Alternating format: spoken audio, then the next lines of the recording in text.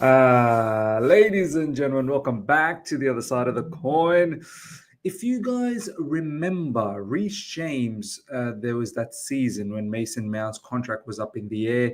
There was a whole heap of drama that was happening around Kai Havertz as well, I believe, but most specifically around Mason Mount. I don't think Reece James specifically targeted Mason, but if you guys remember that Instagram story from Reece James, just recall that back. This is the Reece James Instagram story. Let me just read it out if you're unable to see it. If you've got to persuade them to help carry the bricks, they aren't the ones to build with. This is from Uber Chelsea FC page, so do check that out. 2 years ago in the making since that infamous Reece James post. Now look at us. He knew. And then obviously straight after the match yesterday, this was the story he put out. Reece James, brick by brick, full-time 2-1. You got Enzo Fernandez and Nicholas Jackson's picture. Ladies and gentlemen, we're going to delve deep into this particular story and talk about how this is all connected with the current situation and the current uplift. We're going to talk about many other bits and pieces. You're going to enjoy this latest Chelsea news update. Thiago Silva was in the stadium, so we're going to talk about that. Marc Cucurella, Enzo Maresca, Moses Caicedo, and some other bits and pieces of information in regards to Sterling as well. So you wanna keep in your seat. You wanna stay tight in your seat and watch this. But before we do all of that, ladies and gentlemen, take a moment. Let's do a little bit of housekeeping right now. Smash the like button as soon as you come through. Smash the like button. Thank you so much to each and every one of you guys for 37,000 subscribers. Let's now race to 38 and let's get to that 40,000 milestone, which is going to be sensational. So take a moment, smash the like button. It helps the channel grow. If you enjoy the channel a lot, you want to see it grow, smash the like button. If you're here for the first time, subscribe. Check out the couple of contents prior to this. Content's flying in thick and fast now as the games are coming through. If you've missed out on the match review, the win against Brentford, do check that out. That's a couple of videos ago. And the very latest one, the last one, was in regards to Pep Guardiola and Manchester City, how they finished. So do check those two videos out. Literally go to the channel's page and you'll see them there. Now, let's get cracking into this Chelsea news. Brick by brick, I love it. I absolutely love it. Reece James, he definitely was onto something back then. He definitely did not like the environment, the morale of the team at that stage. You know, a lot of people were saying at that time when Reece James put out that story, nah, come on, guys, you're reading too much into it. Reece James doesn't mean anything. He definitely did. He definitely had a go at certain individuals in the team back then. And it's true. At that time, there were so many players, including Mason Mount, who were not committed to the cause. Albeit, look, it wasn't the best of times at Chelsea Football Club, new ownership, lots of changes. Our results weren't good as well. And now Reece James, brick by brick, you can just put the two stories together. You really can. Reece James giving us a little bit of insight into how things have changed around. And yes, brick by brick, we are slowly changing things. Enzo Fernandez playing a big role. Captain of the football club whilst Reece James is injured. Nicholas Jackson, the hard yards he's putting. The development that he's showing, game in, game out, he's still got to develop a lot more. Moses Caicedo. Every player you can go through that team and you can say, do you know what? Each and every one of them are giving their best, are literally brick by brick building this club back again. I'm getting goosebumps just talking about it. We've suffered for 2 seasons, ladies and gentlemen. We've suffered. And thank you to Enzo Maresca. Massive thank you. And massive thank you to the directors, to the owners, who finally made the right decision. We've gone through several wrong decisions to finally hit the right decision. And yes, it is now brick by brick construction, brick by brick, getting better. And I love it. Reece James, beautiful message. And yeah, now it all starting to make sense, man. It all starting to make sense. Let me know your thoughts, ladies and gentlemen. Next up, Thiago Silva, this guy. I honestly get teary when I think about Thiago Silva, when I talk about Thiago Silva. This guy, for me, he's a legend. I know a lot of you guys will say cult hero, this, that, the other. For me, look, not only just a legend of the football game, but legend of Chelsea Football Club. The achievements he's got in such a short time at Chelsea Football Club. I say short, look, he spent 4 seasons, I believe. Yeah, 4 seasons, yeah. He's done magnificently.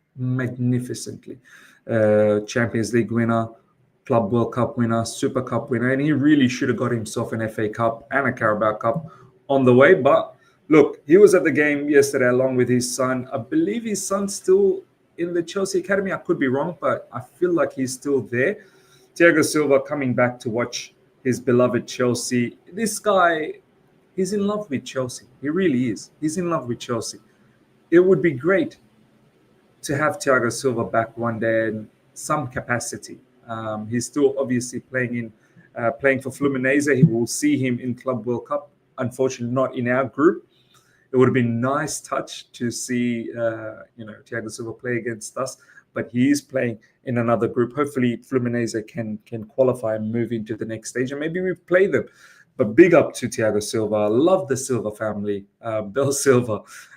She never shied away from saying the truth. But Thiago Silva, my man, wish you all the best and keep coming back to Stamford Bridge. Brilliant to see, especially when he went through the hard times after winning the Champions League and having all the heights of success, then seeing all the hardship. Thiago Silva went through it all with Chelsea Football Club, and now he's back to the stadium and watching us buzz. Next up, ladies and gentlemen, the news that Benoit Badiashile has suffered an injury in training, which looks like ruling him out for a while, has come at a bad time. Wesley Fofana is already sidelined with a hamstring problem, so Chelsea could be without 2 important squad players for the busy Christmas period. So this is not a good, it really depends how you see this. For me, look, we need as much as depth as possible. Badiashile does not give me any confidence. But at the same time, I feel like with no Wesley Fofana, he's probably the closest one that comes to a similar sort of characteristic to Fofana in the likes of his aggressive defender. Do you know what I mean? Like Levi Colwill is the more subtle defender. And when I say subtle, as in, he's more of the ball-playing defender. When he needs to be aggressive, he can be. But it's like you won't see Levi Colwill just rush in and carry the ball, and much like what Wesley Fofana used to do. Badiashile, however, has those traits of Wesley Fofana. He is left footer, no problems. Of course, Wesley Fofana is right footer, but similar characteristics. So look, this for certain people might not be a huge news. Badiashile not being available. A lot of people don't want Badiashile to start in the Premier League. They're quite happy with Tosin. Look, I don't mind Tosin. My only issue is Tosin does not fill me with excitement either. Look, none of these defenders, to be honest, really fill me with excitement. Levi Colwill and Wesley Fofana, look, they were building something. Some level of chemistry was building there, but even then, it wasn't the most perfect case scenario. Levi Colwill, for me, is still the number 1 defender, but even he has certain flaws as well. He sometimes tend to drift away in and out of the game, and I want him to tighten on that. So look, we are now stuck with Desasi and Tosin to really help us out during this busy period, because we don't know exactly when Wesley Fofana is going to be back, and looks like Benoit Badiashile is going to be out of action as well for a little while. Tough times. I hope it's not, but it looks like tough times, especially against Everton. We are going to miss out on Cucurella as well, with his suspension, picking up the 2nd yellow after that game against Brentford. So, look, ladies and gentlemen, let me know your thoughts in regards to Benoit Badiashile. Will him missing out on the upcoming matches, will that actually cause a bit of a concern for us? Let us know your thoughts. Or are you comfortable with Tosin perhaps partnering Levi Colwill for the time being? Hopefully Wesley Fofana is back soon. Next up, ladies and gentlemen, Nicholas Jackson on Chelsea being 2 points behind Liverpool. I love this. Cheeky Nicholas Jackson. The response from Nicholas Jackson is brilliant. Really? No, I don't know. Smiles. I don't really know what a title race is, to be honest. I don't really know what a title race is, to be honest. I don't even look at the table. I love it. I love it, man. Nicholas Jackson, brilliant response to Sky Sports Premier League. Yeah, man, these our players. Look, I'll be honest. We are being forced into a title race conversation because others around us don't want to win it and they want to keep dropping points. That's why we are forced into this conversation. But we know most in the fan base know there are some parts of the fan base that are getting giddy, that are getting excited, and that's fine. That's understandable because when you're 2 points away from the leader, that's completely understandable. But then most parts of the fan base will tell you that, do you know what? There are distinct flaws in our team. There are absolutely distinct flaws in our team, and long term, this will come back to bite us in regards to perhaps winning the title. So the players, they more or less know this. I'm sure somewhere in the back of their mind, they might be entertaining it at a 10% level. But this is where Maresca has grounded the players, he's kept them humble and said, look, no, we're not. We're just happy to go out there and pick up the 3 points. And this is exactly how Nicholas Jackson is responding as well. And I like that attitude. Game by game. That's how you need to think about it. Enzo Maresca, no matter how many games we win, I don't think we're ready to compete for the title. Other teams know how to compete for titles. They won't concede the goals we concede like the one today. And that's true. Enzo Maresca has mentioned this against Spurs. He's said this now again, at the end of the Brentford game. He's right. Title-winning teams don't go out there and concede the way we do. They simply don't. Title-winning teams make sure that they're rock solid and don't give away any stupid errors. Now, not to say that Arsenal, they've been conceding as well. Liverpool been conceding as well. However, they have far superior defense. They do. They're just going through a phase where, some sort of madness are happening. Do you know what I mean? So, look, our attack is bailing us out, really. Oh, look, of course, against Brentford, Robert Sanchez was brilliant. A lot of our defenders were brilliant. But most times, it's the attack that's really bailing us out because we are going out there and scoring goals. So, once again, like this attitude from Enzo Maresca. Maresca on winning the title, the fans can dream, but inside, as a club, as a squad, as coaching staff, we need to be realistic. I love it. Keep being realistic. I think in this situation, the worst thing that can happen is you drift away, you float away, and you sort of float in the air and you just disconnect from the reality that there are flaws in the team. You start getting arrogant, you stop being humble. Yeah, that could become very, very detrimental to the team, where negative results starts coming through. And then all of a sudden, a bunch of negative results starts happening. So it's good to be real. It's good to let people know within the team that, yes, we're 2 points away from Liverpool, but don't get too carried away. Don't get too complacent. We are winning games. And in certain situations, we are probably getting lucky to win those games as well. It's just a matter of keep working hard, keep fine-tuning the game, and let's see where it takes us game by game. Game by game. Mark Cucurella could win awards for most effective, most determined, most athletic, and most annoying player of the weekend. Heat map resembled a line of fire along the left line. I mean, this guy, one of the best players at Chelsea Football Club. To think that we were letting him go under Maurizio Pochettino, that's madness. Absolutely madness. Glad he stayed on. Glad he found that form right at the end of last season. Goes on, wins the Euros, becomes a very important player for Spain in the Euros. And now he's carried that on at Chelsea Football Club. He is a monster. He plays everywhere.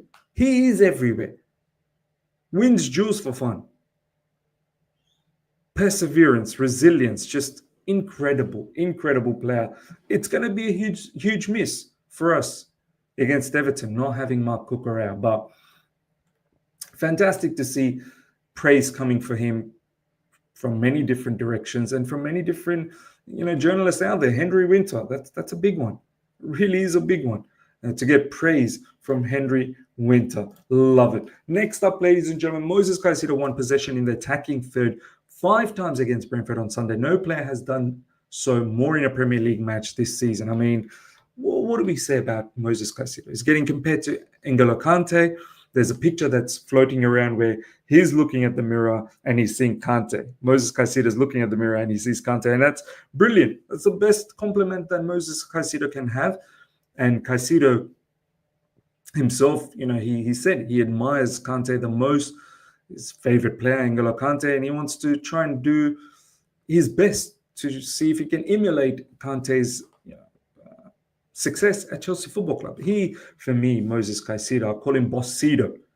He's the best central midfielder, defensive midfielder going around in the Premier League right now. He's worth more than 150 million. That 115 million that we purchased him for is looking like a bargain. People talk about Declan Rice and Caicedo. It's not even a conversation. Caicedo, every single match this season. Honestly, I don't recall a poor match from Caicedo. Every single match is above 7s or 8s. Whereas other midfielders like Declan Rice, 1 week good, 2 weeks bad, 3rd week good, 4th week good, another 6-7 weeks bad. Highly inconsistent, not Moses Caicedo. Next up, ladies and gentlemen, some more good news coming our way. Sterling has no plans to cut short his loan move in January and wants to stay at Arsenal. Stay. Brother, stay. Don't worry. We don't need you. He barely even gets any game time at Arsenal. I still remember when Sterling signed for Arsenal on loan. He said, you're going to see the real Sterling. Yeah, we are seeing the real Sterling. Even Arsenal don't want to see the real Sterling. And look at us now. We've changed our fortunes around. Hopefully it continues that way. Raheem Sterling, his trajectory is on the downfall. He's on the decline.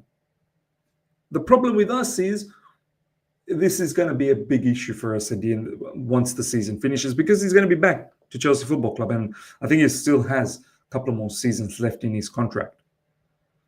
I don't think Arsenal's going to buy him. They don't rate him.